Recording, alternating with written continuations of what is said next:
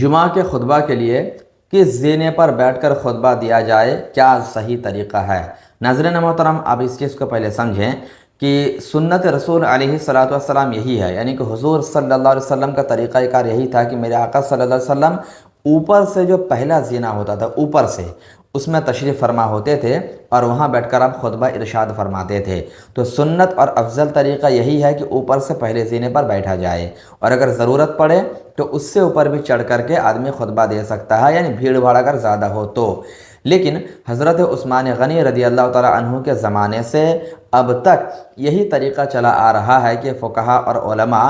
منبر میں نیچے کی جانب سے جو پہلا زینہ ہوتا ہے، نیچے سے جو پہلی سیڑھی ہوتی ہے، اس پر کھڑے ہو کر خطبہ دیتے ہیں، اور جب بیٹھنے کا ہوتا ہے تو پہلے زینے پر پیر رکھتے ہیں اور اس کے بعد والے زینے پر بیٹھتے ہیں، اور بیٹھتے ہیں اور کھڑے ہو کر پہلے زینے پر خطبہ دیا کرتے ہیں۔ تو یہ حضرت عثمان غنی رضی اللہ تعالیٰ عنہ کے زمانے سے اب تک چلا آ رہا ہے۔ تو بہرحال اس کو ہم سنت متوارثہ کہہ سکتے ہیں کہ اس پر تمام صحابہ حضرت عثمان غنی کے بعد سے لے کر تابعین اور علماء اور فقہا کا عمل رہا ہے۔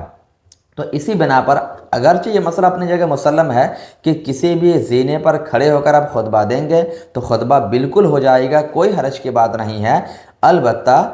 حضرت عثمان غنی کے بعد سے سنت متوارثہ یہی رہا ہے کہ پہلے زینے پر آدمی کھڑا ہو، اور جب بیٹھنے کی باری آئے تو پہلے زینے پر قدم رکھے، دوسرے زینے پر بیٹھے، یہی اس کا صحیح طریقہ ہے۔ البتہ کوئی اگر